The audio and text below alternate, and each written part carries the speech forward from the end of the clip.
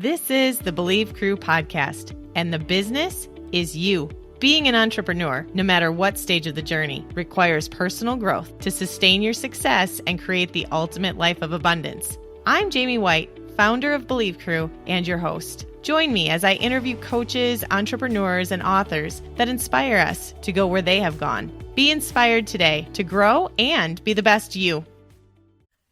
I'm excited to get started today with Talmar Anderson and BossActions in the house. Tell us about everything that you do and really why did you get started? Oh my gosh. Okay. So long time ago, there was a little girl in a galaxy far, far away. And no, I definitely do not wear Leia's hair. So I started this iteration of my business. Is that what we're asking? Yeah. Well, I'm a movie person, and my story starts with I worked with clients as an operational consultant for about 7 years. The movie part will make sense in a minute. And so about 7 years, I've been working with clients as an operations consultant and strategic, right? We could talk about, didn't matter, accounting, information technology, marketing, whatever you want, how to grow a business, how to build a business, didn't matter. But over 7 years, everybody asked the same two questions. And what was that? I find good people. Mm-hmm. And what do I do if I have to fire them? Because all these small business owners were like, I don't know. Did I make a mistake? Are they going to sue me? What do I do? And I thought, there's got to be an answer out there. Why are so many people asking these questions? And as I looked, I was like, maybe I am inventing these wheels. And what I found was that there were organizational structuring consultants out there, but usually business owners didn't have access to that kind of concept and teaching and awareness until they could afford $100,000 a year masterminds. And by then they would fly somebody in, they would build it for them, and they'd be like, okay, good luck. This is what you're doing right. This is what you're doing wrong. Do it this way now. And so I thought, how is somebody supposed to get to the profitability that allows them to join $100,000 a year masterminds if they don't understand how to attract the right people, if they don't understand how to be specific on what success looks like and the whole hiring and management how-tos. And so I was determined, I was like, okay, maybe this is a thing that I should go out and do. It's a thing. It's a thing, right? It's a real big thing. We'll talk about that. But so I was still testing the water. I wasn't exactly sure that I was going to do this. And much like a lot of us coaches and consultants, we like to go and learn and reach out. So I was going to a new mastermind group of people that I didn't know very well. It was up in New York City.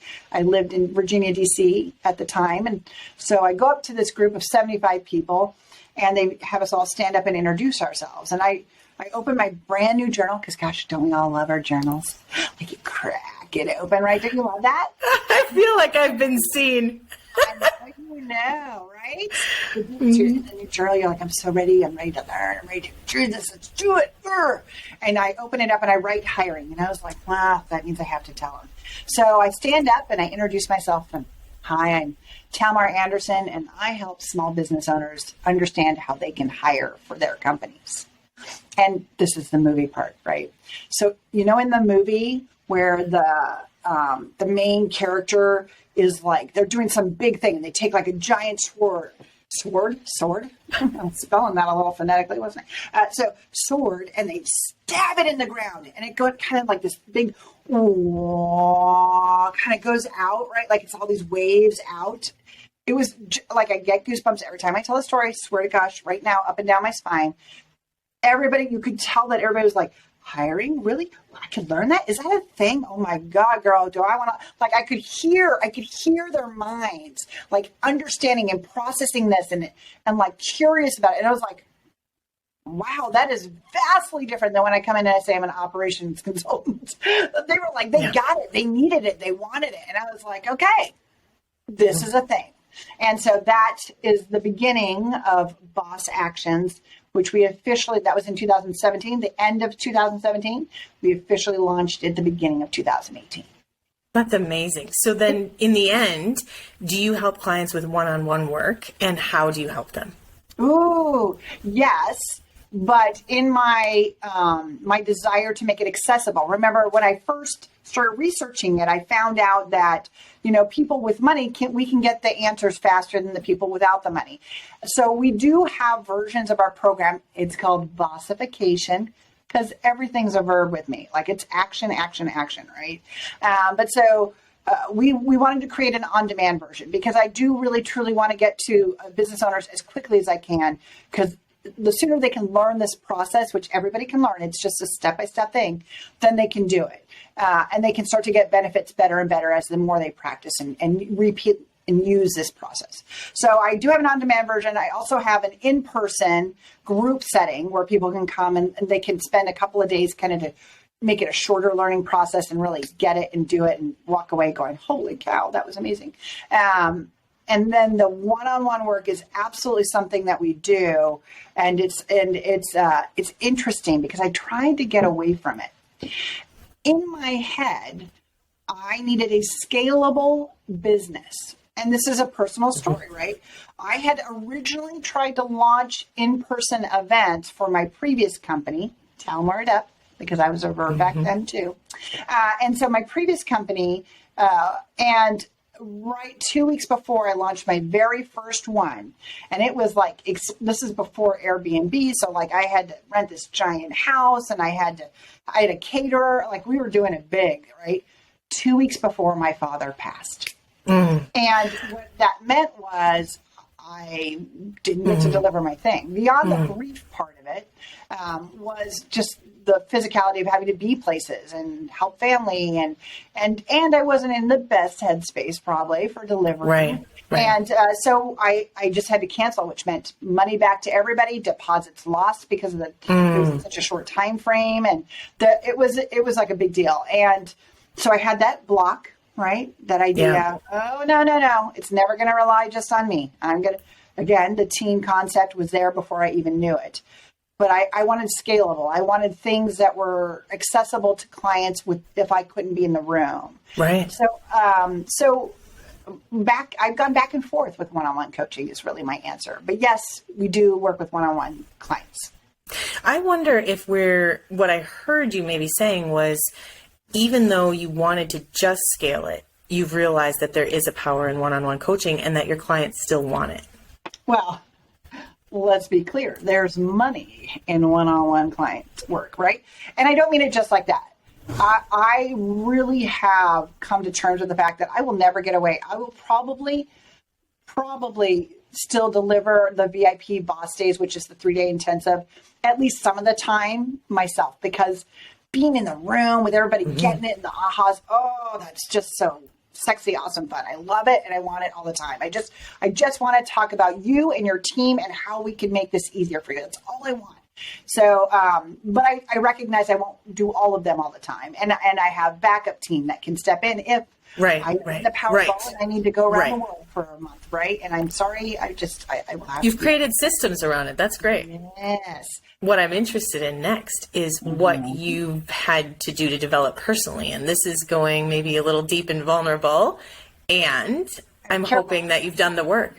So the personal development side, I had tons of limiting blocks, right? I didn't think I could do live events. Gosh, I was nervous. And honestly, our live events aren't full all the time yet. So they're not exactly what they need to be. And we're getting ready to launch a second version of them because, it's what they want and it's what they need and it's different. So live events are scary because you're spending the money whether anybody shows up or not, right? And it really takes that faith of, I believe so much in what I'm doing that I'm scheduling it, I'm putting it out there, and until the minute I show up, I'm going to let anybody join in so that they can get this benefit, right? And so you might think you're going down for one person and, within a week before, 3 more people sign up. So you only have 4. Okay, I don't care if there's one person in the room. I'm showing up, giving my whole heart. If it turns into a private VIP, fully for them, right? 3 days with Talmar. Right. So I don't care about that, but the beliefs behind spending the money before it's there. With live events, you have to do that.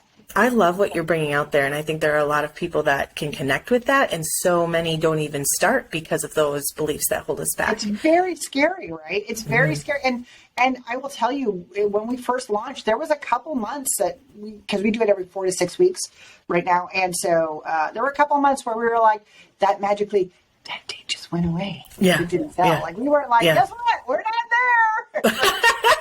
Right. Just into the ether that Right. they went. And nobody was like, hey, didn't I see there was a date? Blah, blah, Yeah. blah. And you're like, Yeah. oh, yeah, we have dates all the time, right?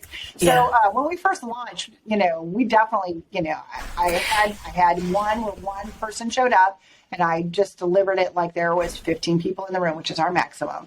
And it was awesome. That's so awesome. And really what you're speaking to is what you ask your clients to invest in, because when they're looking to bring on new team members, sometimes it's before they feel ready. Well, yeah. Well, so yes and no, because I really try to make people, I give them tools so that they can see that the cash is there, right? We've got different ways. Right. So I'm like, look, we don't have to do it before. I mean, some people are proactively hiring. They're like, I know this contract is signed. I have to deliver. We have to get the people in. Let's get out there. And then there's situations where they're like, okay, I'm investing in this. It's going to hit. We have to hire now so that we are, because some people want to be proactive, which is what I recommend. It's way less stressful, even if you're but the truth of the matter is a lot of us are hiring reactively.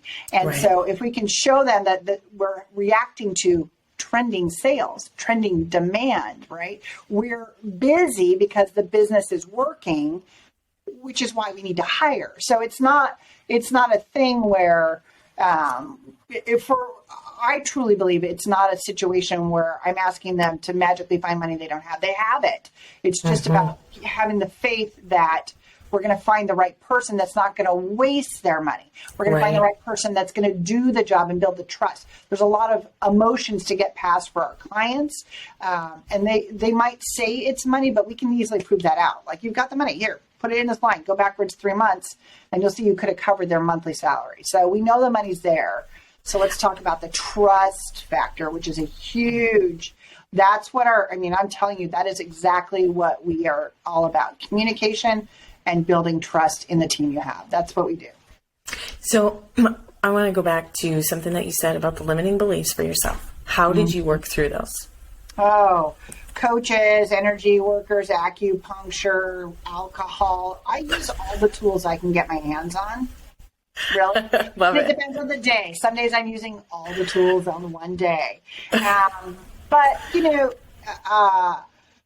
for me, the real aha came. I mean, I love business. That's why Jamie and I are good friends. Yeah. And so for me, the aha about really having to get my shiznit together was my son. He was 7 years old, and he was invited to a Taekwondo competition. Yeah, my kid was a black belt at 7. Just go with it.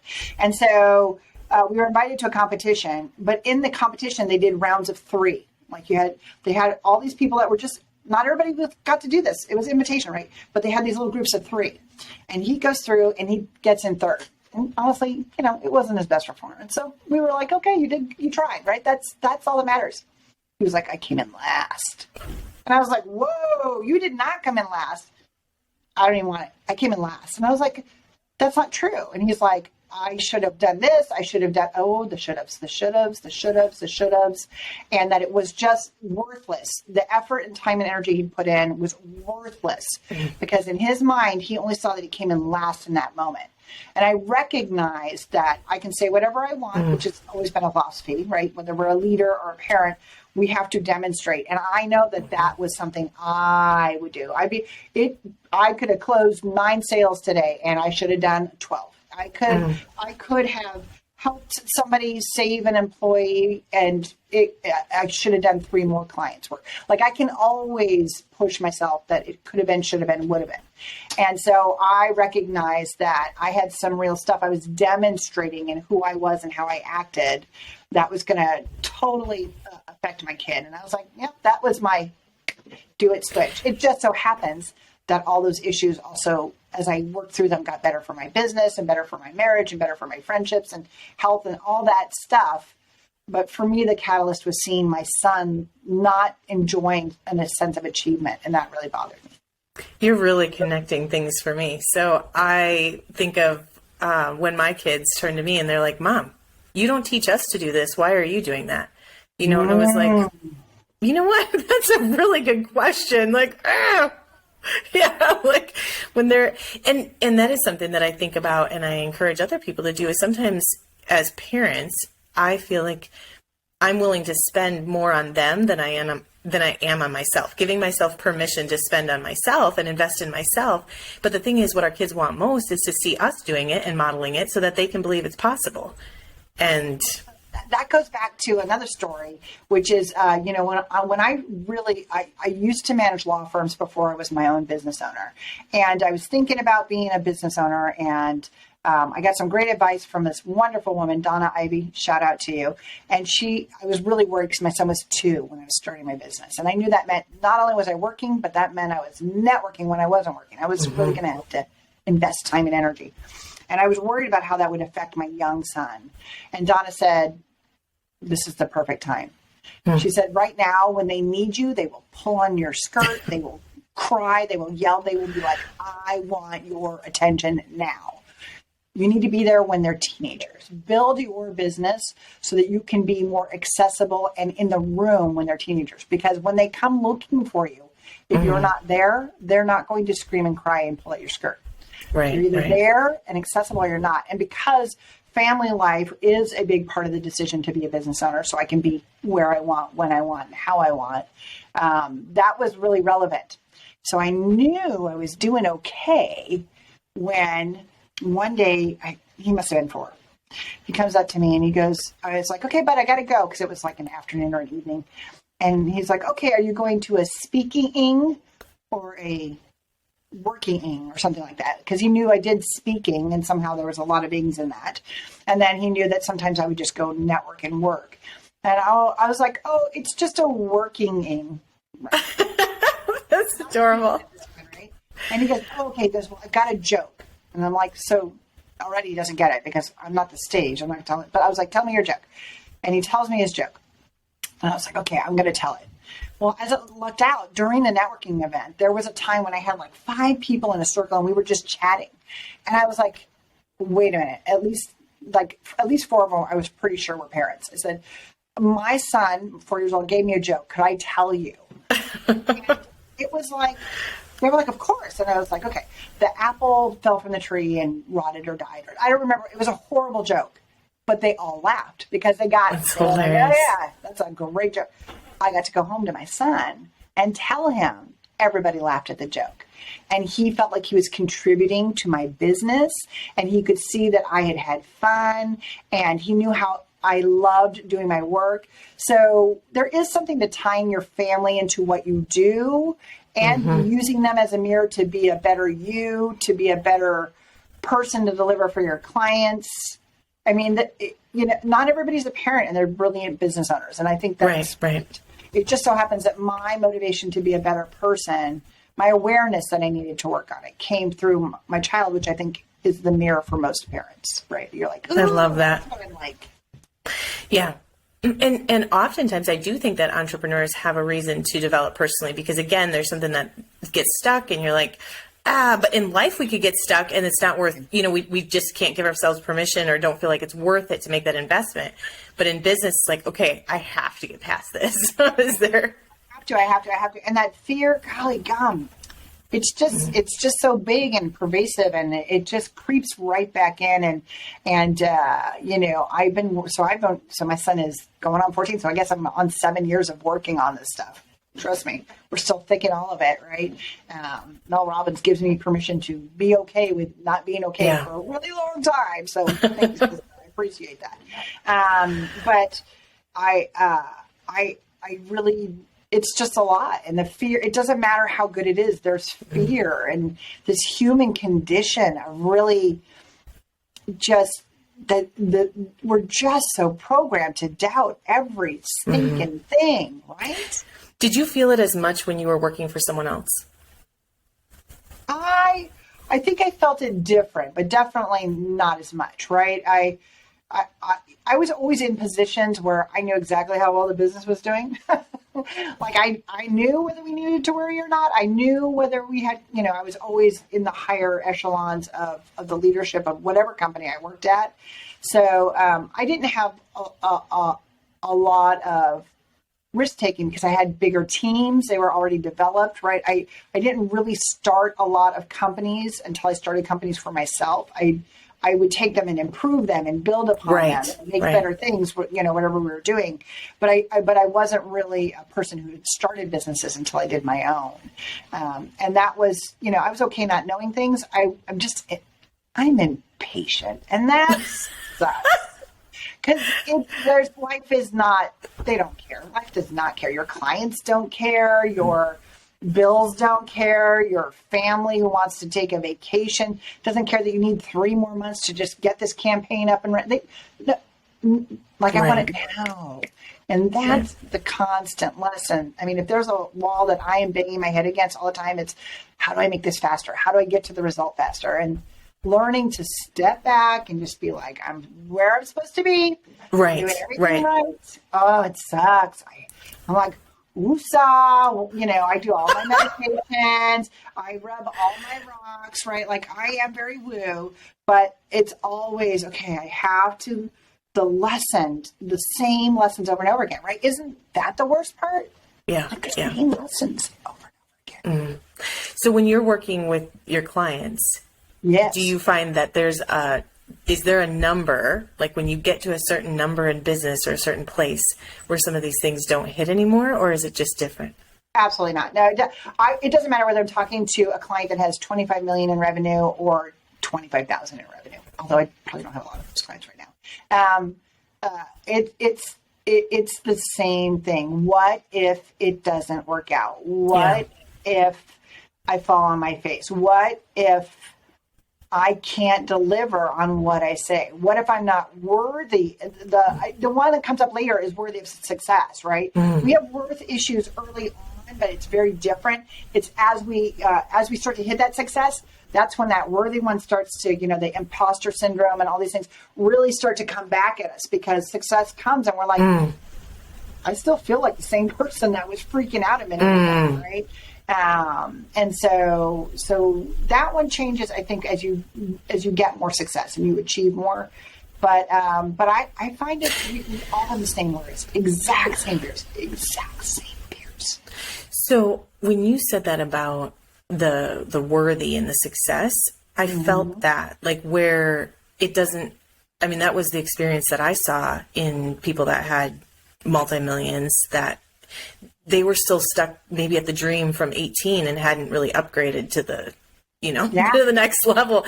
And so what you said about how you're like, I feel like I was the same person I was then, or all of a sudden it was like you move from doubts to success so quickly that it's like your brain didn't have a chance to keep up. And tell me more about that, because that, like, I felt that. Well, and I think it's right. We're striving to get past our fear, right? All that we do is to get to a place of peace and ease. That's my philosophy. We're all trying to get to peace and ease. And we might define peace and ease differently, but that's the goal. And so once we have that, the brain just fills it in with, okay, but now you're going to lose it. And then once you're confident you're not going to lose it, you're like, well, now we have too much of it. It's not fair. And then we're like, okay, we give back, but we're not giving back enough. It does not matter that so I'm reading The Way of the Peaceful Warrior, which is one of my favorite pieces in this story is that it takes the mind and the brain and the soul. And it's like these, they have different things that they do. And it's just, I just really like the way the writer discusses it. And so for me, when I say the mind, that is my doubting voice, right? When I talk about my mind, it's my doubting voice. And my brain is my intellect and my soul is my emotion. And they mostly define it that way, but that's how I read it and interpreted it. And so when I've noticed more and more that when I say my mind, I'm using it as a negative word. I'm like, my mind is going crazy. My mind is my negative doubt voice in my brain and in my soul that keeps pulling me, separating those two so they don't align. And that's where you start to feel discomfort. And, but I think that the mind is constantly like filling that void.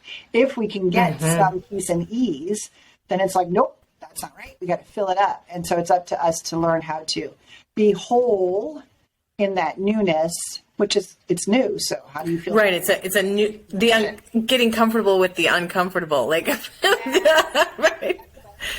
Well, but everything that you're saying is connecting for me on the things that I was seeing and I was in a position of implementer. And so I wanted to believe that everything was possible because I saw the vision and then didn't realize how the visionary might be having doubts, because as an implementer, you're just more task oriented. You're more like, this is my job. I got to move it forward. Like, it doesn't matter if I have doubts. And it doesn't seem to hit as hard as when you're the visionary. That's my take right now. Well, because the implementer or integrator, right? That's right. Is focused on the steps. They're achieving steps, and they can see the steps are moving forward. So where's the problem? What are we talking about here? Right. But the visionary has an image that's constantly moving and adapting and changing. So if that's true, you don't get ever sense of the goal line. So that's where visionaries and CEOs and bosses really need to have a defined moment of success. Right. You'll hear coaches say celebrate those moments, but the problem is we don't define them, right? What do I need to feel to know that I've achieved something? And we'll say I want 6 clients, and so that could be a celebration. Woo, I got 6 clients. I'm so excited. That was a great day or a great month, year, whatever. So you take that and you go, okay, that is a thing. But then the visionary is like, oh crap, now what do I do? Right. And in fact, in hiring, it happens when there's a role that I talk about people hiring. It's called the second in command. And so when we really bring in, that's the implementer integrator person, usually, even visionaries that consider themselves technicians are still not usually great impleters, integrators. Right. They can do APs. They got their chunk. They're like, I can process the heck out of this spot right here. Yeah. Somebody else do it, right? And that's why we hire the second in command. However, it's the same thing as these limiting beliefs. Inevitably, every single one of them will have a moment where they call me and they say, I don't know what to do. They're either struggling with because all of a sudden the customers are no longer looking to them as the answer person because we built it that way. They've got people that can answer, so you don't have to. So a little bit of that ego's lost, right? Or they're like, I don't know what to do with my day. Everything's getting done. I literally I don't know what to do with myself, right? So then they come back to us and we can have a conversation about what the CEO life really is going to look like and where their choices are and help them kind of get focused again. But it's that same void, right? If we do everything right, it will create empty space. Whether that's in our mindset, in our limiting beliefs, if it's a way of letting flow come in, or if it's hiring the right people, we're going to create a place of space, which means we have to start over again. And we have to decide a new goal, a new purpose, a new life lesson, right, that we're working on. And there's a constant achievement refilling situation. And I think that's hard sometimes.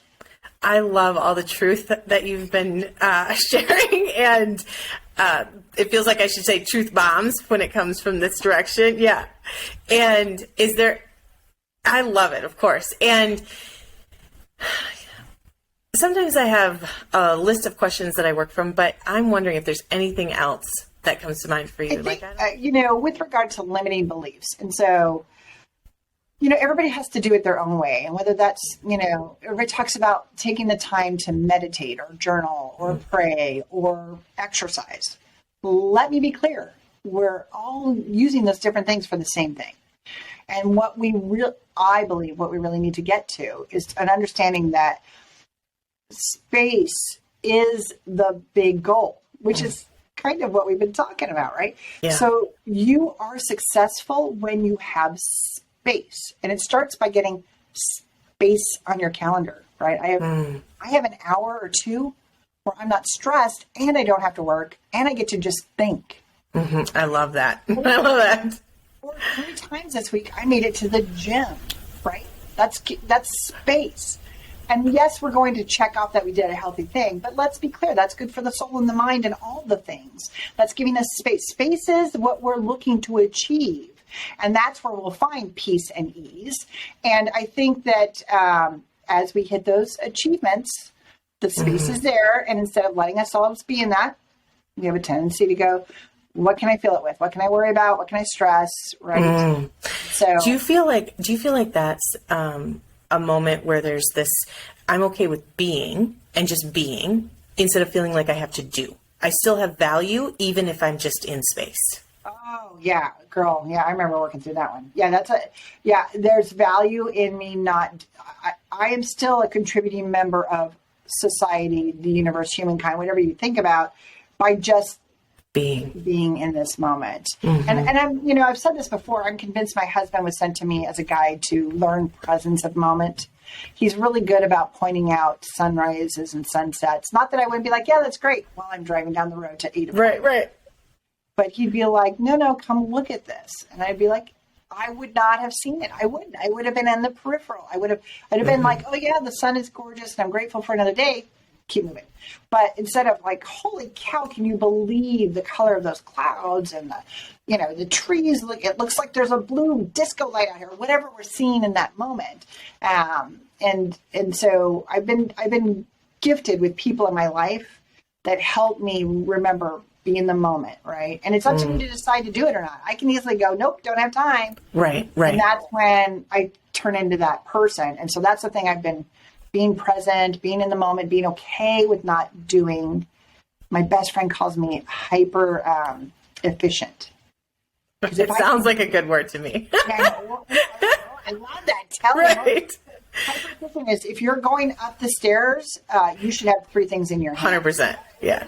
What are you doing? I just want to go get a thing. You should be taking the thing. There's got to be something that needs to go up there, right? I'm just like all the time, like, no. The joke is 2 more minutes. I need 2 more minutes, which never is 2 minutes. And I knew I was using it too much when my son would tell me 2 more minutes. 2 more minutes. Yeah, I was like, okay. That might mean something different than I've taught him to believe. Awesome. All good stuff. Anything else that you want to share? I love this. I'm so thankful that you've been willing to be vulnerable and share stories with us and excited about where your business is going. Yeah. No, I'm thrilled to be here, and I'm a big fan, so I'll support you in whatever you do. And the Believe crew, I love them very much, and I work with them. So I just am excited to see where this goes and how you're going to deliver in such a fun, amazing way for all these people and all these coaches. It's going to be very exciting. I'm excited to be on the ride. Thank you.